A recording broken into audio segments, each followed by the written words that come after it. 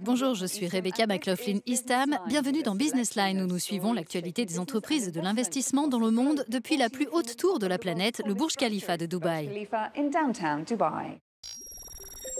La propagation rapide du coronavirus de la ville chinoise de Wuhan à des dizaines de pays a provoqué une panique générale et causé des remous sur les marchés financiers chinois.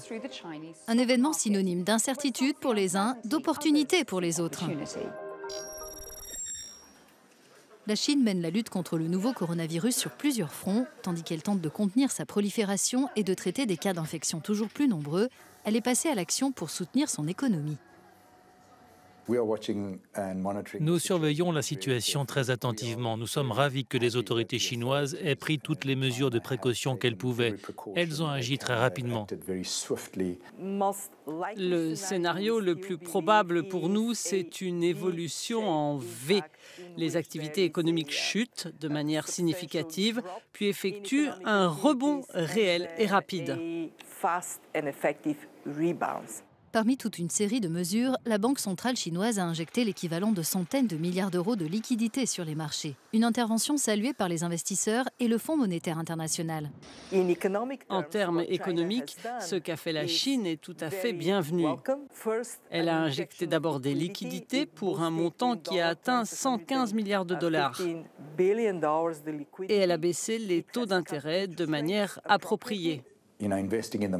En tant qu'investisseur, on doit toujours à un moment donné gérer une crise qui affecte les marchés et la volatilité qui va avec. Mais l'histoire vous dira que ce genre de période est la meilleure pour investir parce qu'elle offre des opportunités. Et le marché chinois représente une formidable opportunité d'investissement à long terme. Mais l'interdiction de voyager et le confinement de villes entières ont été jugés trop draconiens pour certains. Des Chinois critiques à l'égard de Pékin ont été réduits au silence ou arrêtés. De grands groupes comme L'Oréal et Toyota Boshoku ont eux montré leur confiance dans les autorités en rouvrant rapidement leurs usines. Tous nos employés à Shanghai sont volontaires pour retourner travailler. De plus, la plupart de nos 50 salariés japonais sont à Shanghai. Nous estimions devoir traverser cette période difficile aux côtés de la Chine.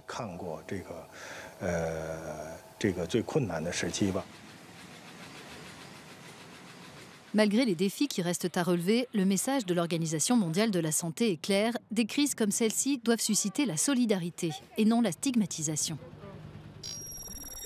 Le secteur de la santé fait sa révolution sous l'effet de l'intelligence artificielle et du big data. De la chirurgie aux tâches administratives, quasiment toutes les procédures évoluent de manière positive. Euronews a rencontré quelques-uns des grands acteurs de cette industrie au Arab Health 2020, ici à Dubaï. 55 000 professionnels venus de 159 pays ont participé à Dubaï fin janvier au grand événement annuel dédié à la santé. C'est l'un des 3 plus grands salons mondiaux de ce secteur. Des participants viennent d'Asie, d'Afrique, du Moyen-Orient, de Turquie, de l'Est de l'Europe.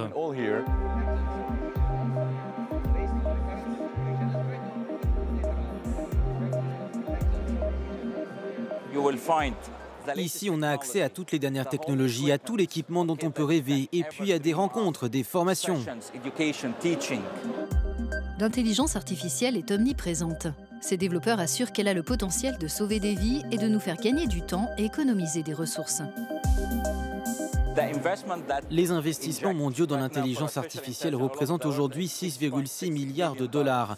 On pense qu'en 2026, elle nous permettra d'économiser 150 milliards par an. Notre entreprise investit près de la moitié de son budget recherche et développement dans le numérique et l'intelligence artificielle. L'IA sera beaucoup plus rapide que le cerveau humain pour récupérer ces informations, les rassembler et s'en servir. Si on n'utilise pas toutes ces données, elles sont gaspillées. L'intelligence artificielle vise à garantir que l'utilisation des données bénéficie aux patients en matière de médecine de précision, à contribuer aux résultats cliniques, à aider les soignants à gagner du temps, à limiter les temps d'attente et à réduire les coûts en évitant par exemple les examens en doublon. Mais quelles sont les technologies d'IA qui ont été dévoilées lors du salon ? Nous avons mis en place de la chirurgie robotisée. C'est la dernière technologie. Cet assistant chirurgical permet d'avoir de meilleurs résultats, une durée d'hospitalisation plus courte, une plus grande précision et surtout des coûts réduits. Le centre de commande que nous proposons est un système de gestion hospitalière qui permet de savoir en temps réel ce qui se passe dans les différentes unités. Si une décision doit être prise pour rationaliser une file d'attente, libérer un lit ou transférer un patient, le système aidera le personnel à être plus efficace, plus productif, à attribuer ou libérer un lit plus vite. Je crois que cela va totalement transformer notre vision de l'efficacité dans le domaine de la santé. L'intelligence artificielle, mais aussi le machine learning, ont semble-t-il le potentiel de contribuer, en rationalisant le secteur des soins, à améliorer notre santé.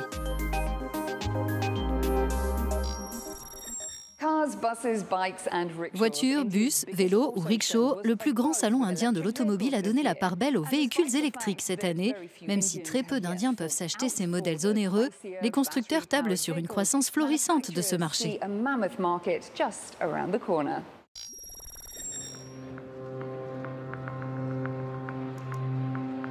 Au Salon Auto Expo 2020 de New Delhi, presque tous les constructeurs ont présenté des véhicules électriques, alors même que le prix des modèles et le manque d'infrastructures freinent de nombreux consommateurs du pays.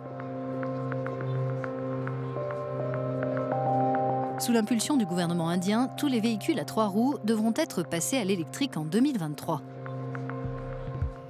Les 2 roues devront faire de même d'ici 2025. Aujourd'hui, nous permutons vers un tout autre système d'alimentation qui repose sur des batteries. Pour moi, l'Inde est en train d'avancer très rapidement sur cette voie.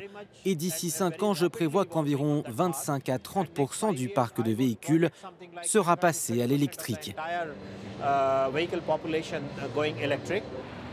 Mais d'après un rapport publié par une agence de notation indépendante, seuls 3 à 5% des véhicules de tourisme indiens seront électriques en 2025, en raison des prix élevés et d'une infrastructure de recharge encore inadaptée. Ça ne va pas décoller comme ça se fera étape par étape, voiture par voiture. Et nous sommes heureux pour le modèle ZSEV que nous avons lancé. Nous avons enregistré 2800 commandes en moins de 27 jours en indiquant uniquement une fourchette de prix. Cela montre qu'il y a des consommateurs qui veulent tenter l'expérience et cela nous donne la responsabilité de participer à la création de l'infrastructure. Il s'agit de découvrir une nouvelle technologie, de voir arriver l'infrastructure de recharge adéquate et d'avoir de plus en plus de choix qui s'offrent à nous.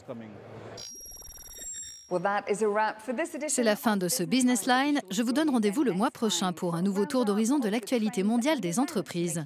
À bientôt.